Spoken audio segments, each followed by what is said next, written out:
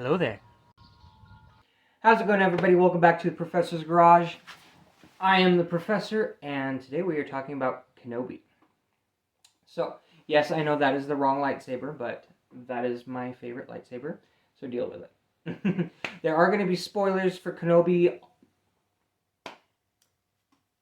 Hopefully you guessed that. But today is my experience with Kenobi and thoughts and opinions.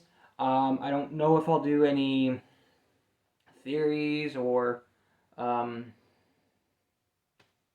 think I'm just going to talk about it. I'm going to try and go chronologically from when it was like first announced to nowish, But here we go. So when Kenobi was first announced, I was really excited. Kenobi is one of my favorite characters. My favorite character is Qui-Gon. But Kenobi is one of my favorite characters. He is the star character in one of my favorite video games, which is, I think it's just called Obi-Wan, but it was on the original Xbox, and apparently it's not forward compatible, so I don't own it. I don't even have an Xbox anyways. But anyways, that game was really fun. I saw some criticisms that it was garbage or whatever. I enjoyed it. So anyways, when Kenobi was announced, I was really hoping for a prequel Kenobi, and then they announced that Ewan McGregor was going to be in it, and so it's like, okay, so it's not going to be prequel, it's going to be after episode 3, but it's still going to be cool because I like Ewan McGregor as an actor. I think he did a really good job as young Obi-Wan, so I waited for it to come out. Now, with Star Wars and things in general, I don't like looking into theories beforehand, or I avoid spoilers as much as possible for anything I'm interested in. But I don't try and speculate and guess what will happen or anything like that. Because I just like to go into movies and TV shows just kind of blank and ready and want to watch a show, want to be entertained, want to enjoy it. And so most of the time I enjoy things. Obi-Wan came out, and I waited a couple days so I could watch it with my wife. And we watched it. We enjoyed it. We watched both parts the first day, I think we did. I don't remember. We watched them fairly close to their release dates, with her getting off at night and working the next morning. Sometimes we didn't watch them the day they came out, and that's okay. I might have seen like a couple memes and spoilers before, but they were minor spoilers, so spoilers. But nothing was taken back from any of the media I saw before I saw any of the episodes. That was wonderful. Let's go ahead and go on to criticisms, you could say. I do think that Kenobi, first off, it's a really good series, very well done. And I don't understand any of the criticism or hate that Moses Ingram, is it? If I get that wrong, I'll correct myself somehow. But Moses Ingram, I don't understand why she got hate at all. I mean, she played a Sith. She played in an Inquisitor. She did an amazing job. Her acting was fantastic. It was awesome. And I don't understand the hate. Of course, I didn't. I just saw people hating on. I didn't actually see any people hating. I just saw titles, people hating on Moses Ingram. And I'm like, why? There's no reason to do so. Okay, now that's out of the way. But seriously, I still don't understand. I'm not going to go looking into it, but I don't understand. She did an awesome job. Okay. Back to what I was going to say before I got distracted with that short Moses Ingram rant.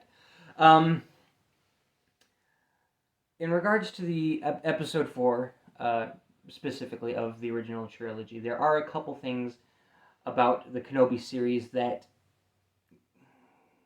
bother me a little bit, kind of rub me the wrong way.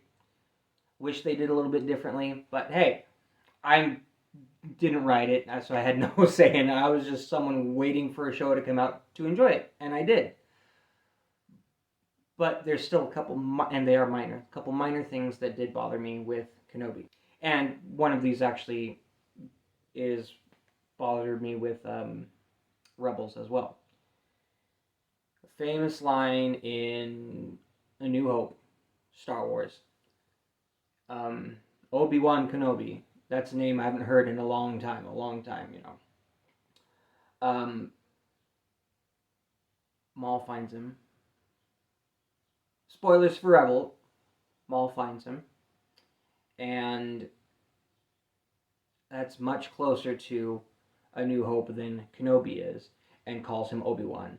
And he gets called Obi-Wan Kenobi quite a lot in Kenobi, or Obi-Wan. I don't even remember what the series is called. I just know it was cool. It was good as Star Wars. But he gets called Obi-Wan fairly frequently. And he faces off with Vader a couple times.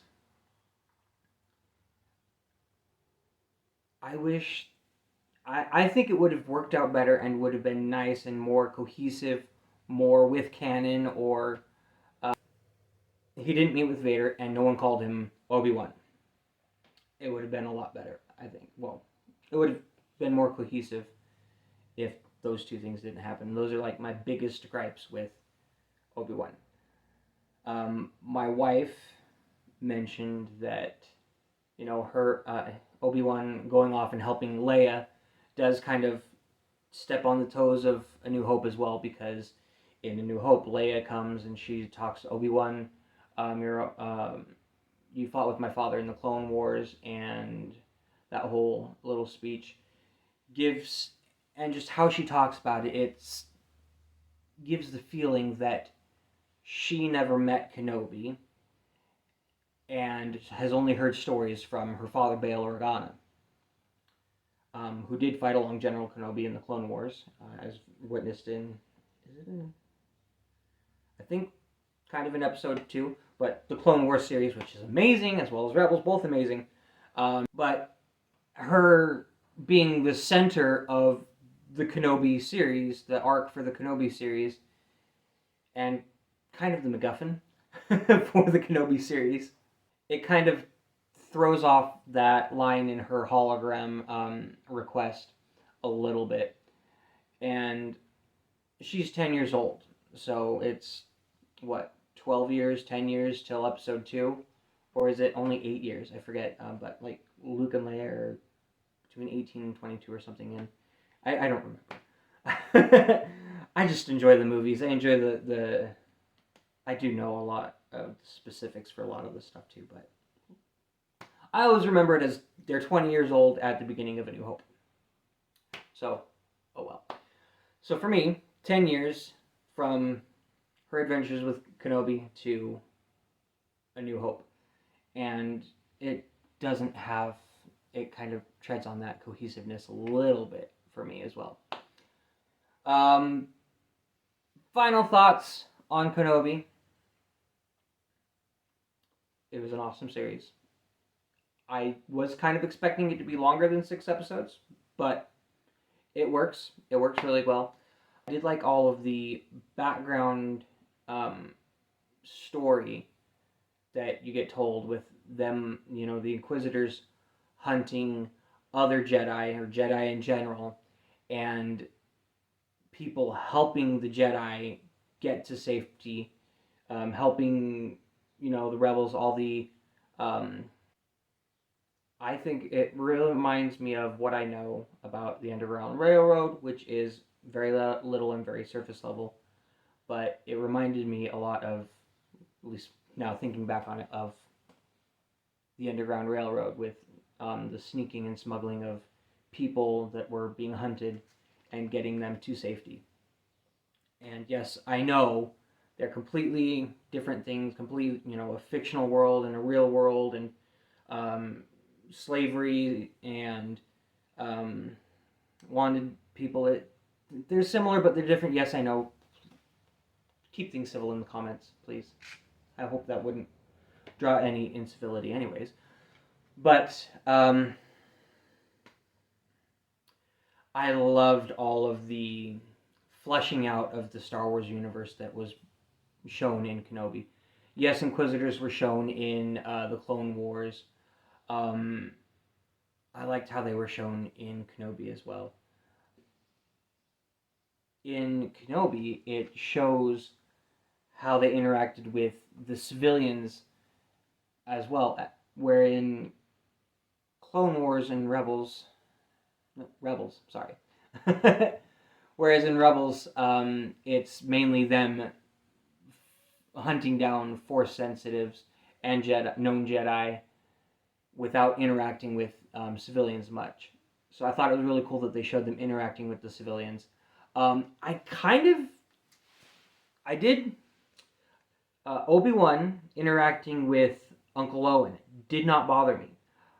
I think that was pretty cool. If it was all the interaction with Luke had been just through um, Uncle Owen, oh yeah, I saw the crazy old wizard and he was doing some weird stuff or something like that, would lend more to episode 4. And I can see him talking to Uncle Owen occasionally. Hey, how's Luke doing? And looking from afar, checking on Luke occasionally. But in him interacting at the end,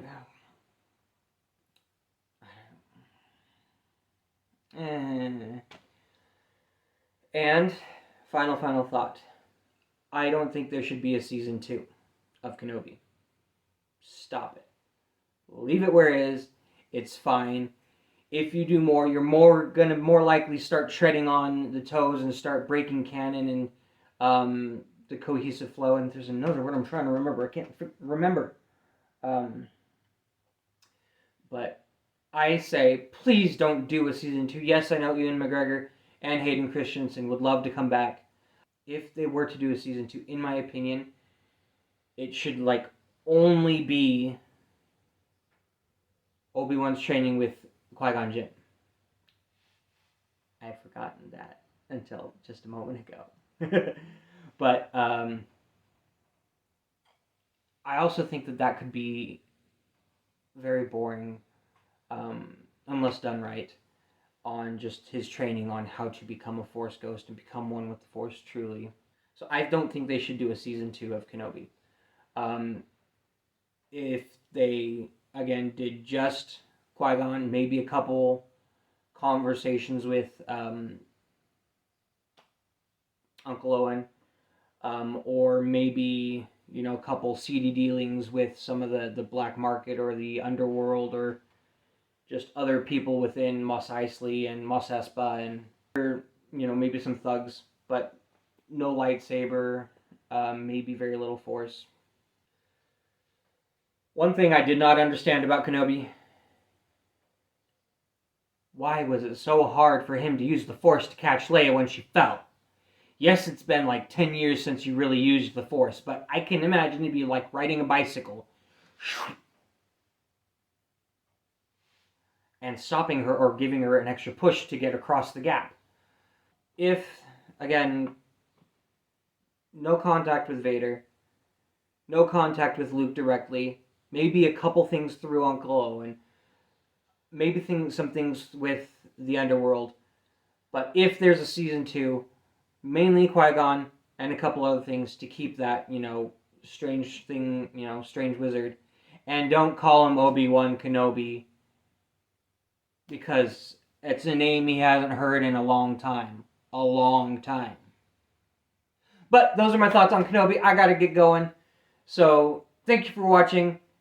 Check out my other videos. I'm gonna have more Star Wars content in the future. Have a great day. Thank you.